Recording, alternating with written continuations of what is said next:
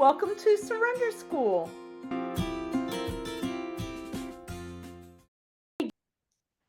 At Surrender School, we recover. Our mission is to share 12-step and other supportive recovery solutions with those who want a healthy relationship with food. We are not an official 12-step meeting, but we do try to adhere to the spirit of the traditions. If Surrender School has helped you with your recovery, please consider donating. The donate button is in yellow at the bottom of the landing page for our website. Let's go ahead and come into the room, come into the moment. Take a couple of deep breaths.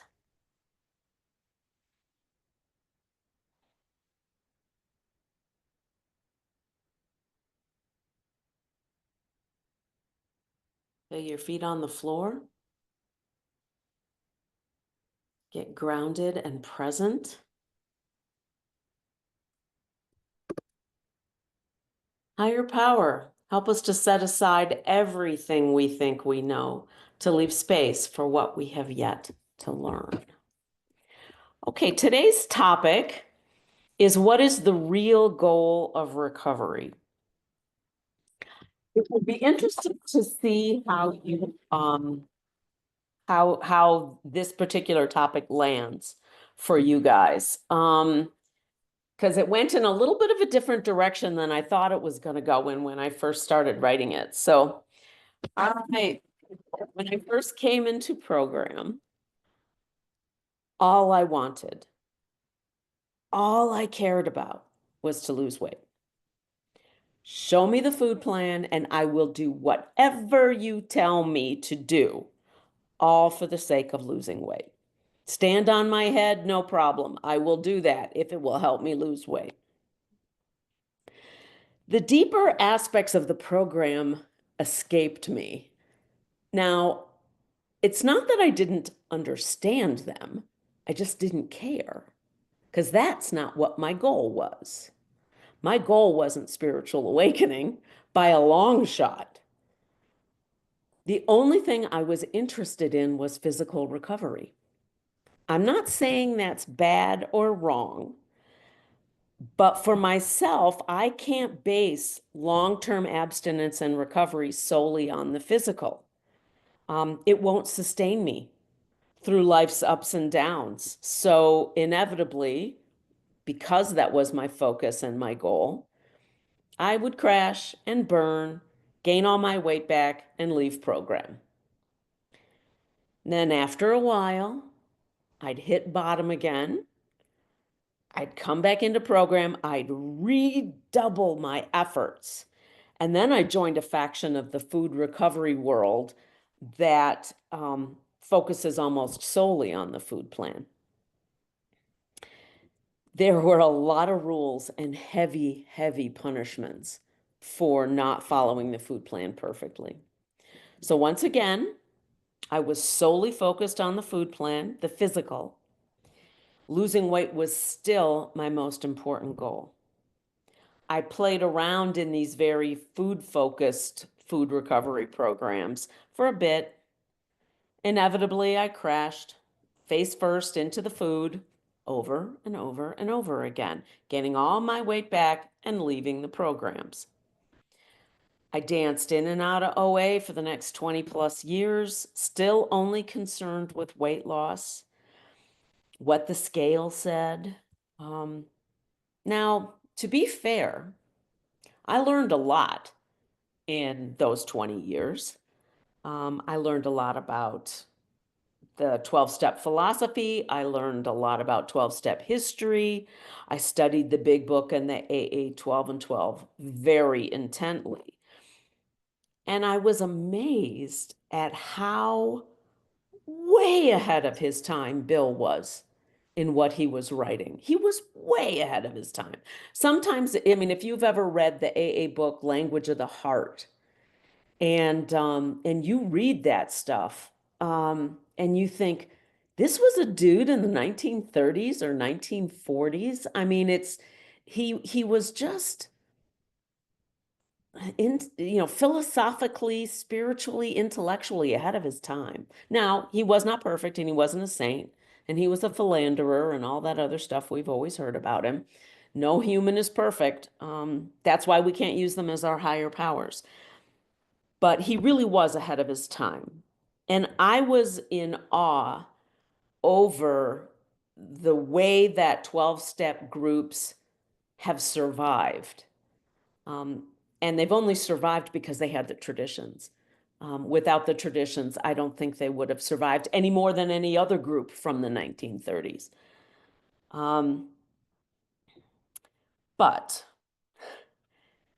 even though all of this fascinated me, even though I studied really hard, I went to a big book study group for 15 years every Saturday morning. Boom, boom, boom. I did it for 15 years. But I couldn't apply this stuff to my life. Therefore, I could never get lasting recovery. I was always either all in or all out. Very black and white thinking all along the food issue.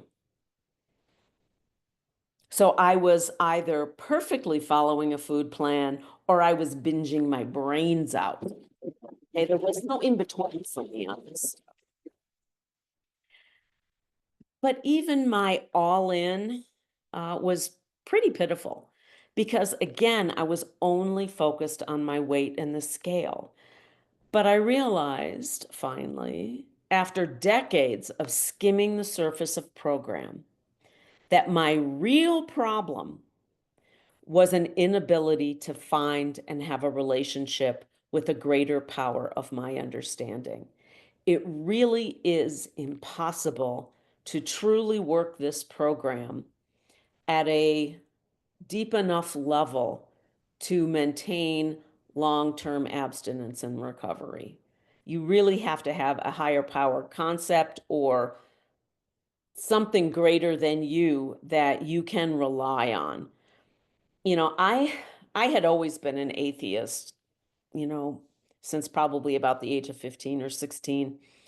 And in fact, when I went to my first OA meeting, and I did it in the Midwest in Nebraska, I think. Um, and I heard the word God. Um, I just turned around. I mean, I sat there. I was polite. I sat there, and as soon as I could get out of there, I did, and I didn't go back until, of course, I was just incredibly desperate. Um, so the last time I came back in after being gone for a number of years, the last time I came back in, I really decided I had to tackle this higher power thing. And you know, because before when I tried to tackle it, I would try on or use other people's higher power. I didn't do the work to find out what higher power would work for me. I just tried to steal other people's higher power concepts and try and make them work for me. And you know, and of course it didn't work. So, I mean, I even made the Santa Claus wish list of attributes for my higher power. I tried that course of action, but here's the thing. Sure, I wanted all those things in my higher power, those attributes, those qualities in my higher power, but the truth was is I didn't believe that that's the way higher powers worked. You know, what I truly believed and what I wanted or my fantasy were two different things, and I couldn't make them work together. So it's really hard to work this program, to live life on life's terms and not self-medicate with food without having a higher power that you truly 100% can depend on. Life is too hard. I mean, and like the big book says, we just don't have the necessary power with a capital P, in order to do that. So everything changed, and most of all, I changed when I took the time to wrestle with developing a concept of a higher power that could work for me. This took some time and a lot of soul searching and a lot of really being honest with myself.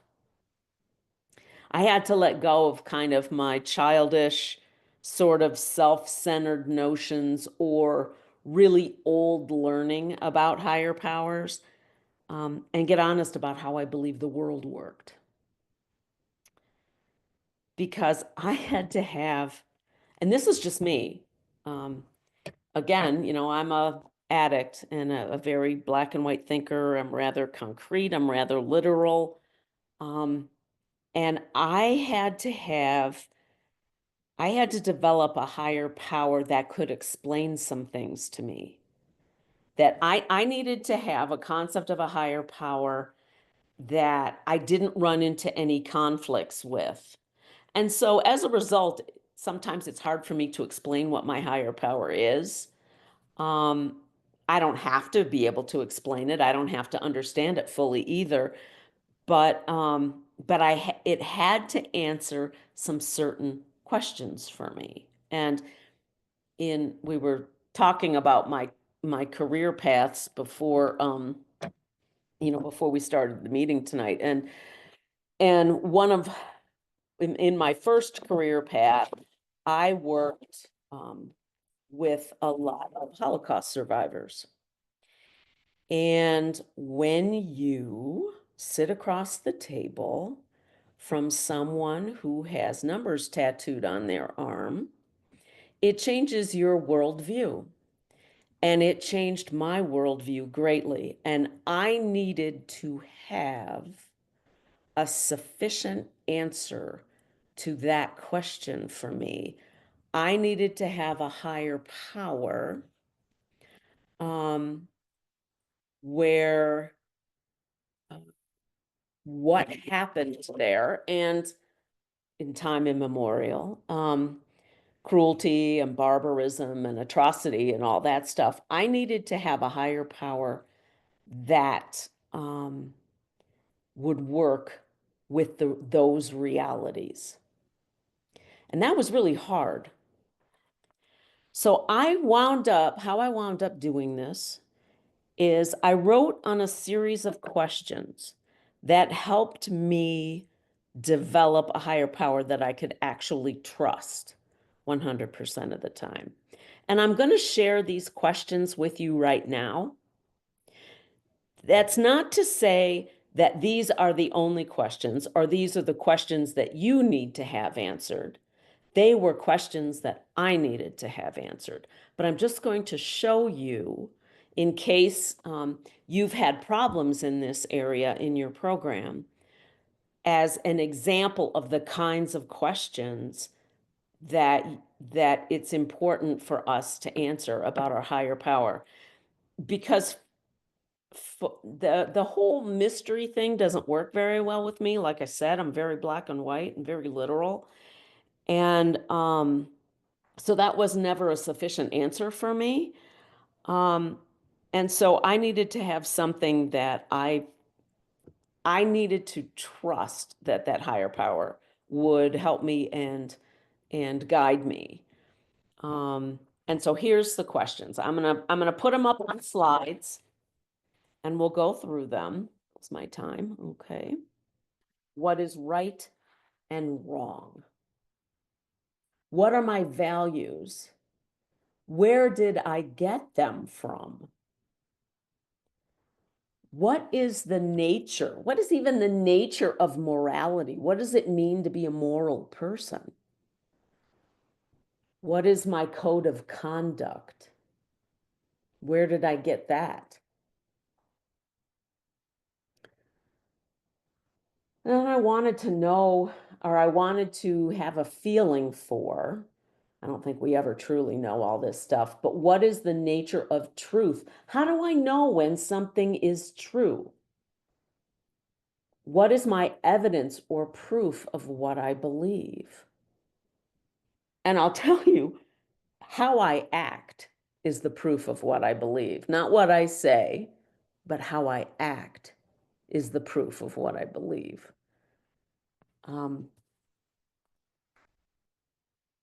I'm going to leave that up just for a second. You can take a picture of it if you want to. I've got 10. Well, they all these questions have multiple parts, but it's 10 basic questions.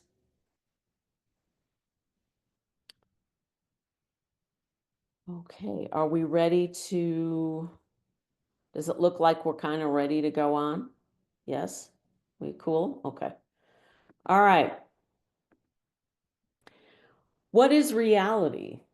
What do my perceptions, thoughts, feelings, emotions, and beliefs tell me about how the world really works? Should I believe those perceptions? Should I believe those thoughts? Should I believe those feelings?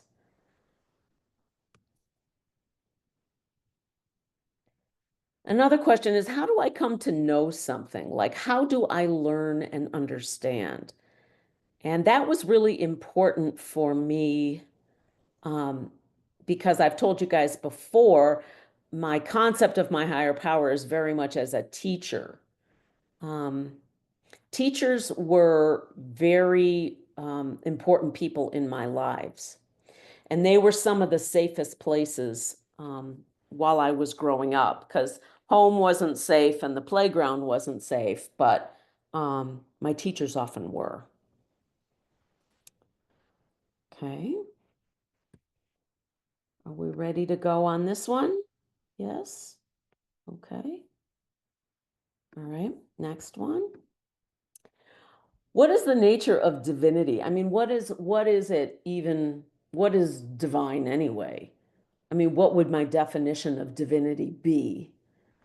And how does the spiritual world work? And this one was extremely important to me, um, because, again, because of my experiences working with Holocaust survivors, I wanted to have a belief um, on how the spiritual world worked, um, that could help me make sense of what of that stuff. Another question is, how does communication with the spiritual world happen and or work? I mean, most people would say prayer, other people would say meditation. Um, Maybe some people would even say contemplation, um, different kinds of prayer, different kinds of meditation. How does that communication, that conscious contact actually happen and work? How does nature work? Like, how does the physical world work? How does science and the physical world fit into my cosmology, fit into my beliefs, my spiritual beliefs? Does my higher power suspend the natural laws of the planet? Oh, that should be or, that's a typo. Or does it work within them? That was very important to me.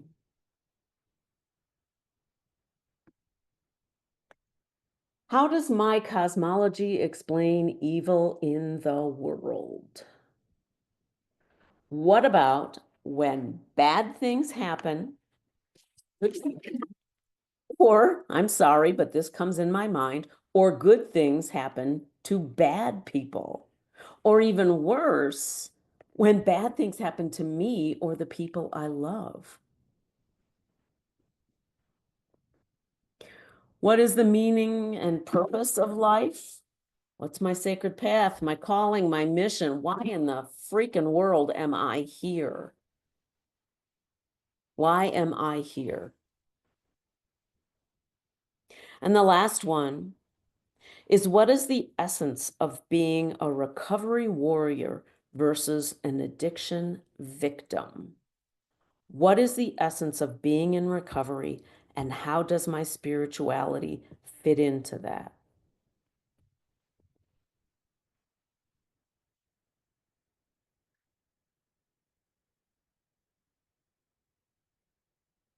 So the title of this talk was, what is the real goal of recovery? For decades, I thought the goal of recovery was size 6 jeans. And as long as that was my goal, long-term abstinence and recovery were beyond my reach. But once I had a concept of a higher power that truly worked for me, I could finally understand and start to live the true goal of recovery, found on page 77 of the Big Book. It tells me our real purpose is to fit ourselves to be of maximum service to God and the people about us. Living this is the foundation for long-term abstinence and recovery. Size 6 genes is really just not a basis for a life. And honestly, quite honestly, the steps are a wonderful way to get there if we really work them. If we're not doing them as quickly as we can in order to get through them, so that we can come to the promised land or whatever, but we actually work them. Okay. So here's my question for today. Let's see, bring it up. And okay. Do you have a concept of a higher power that works for you 100% of the time? How do you believe you can be of maximum use to your higher power? What are your gifts that you can use to be of maximum service? I'll set the timer for 5 minutes, and I'll see you on the other side.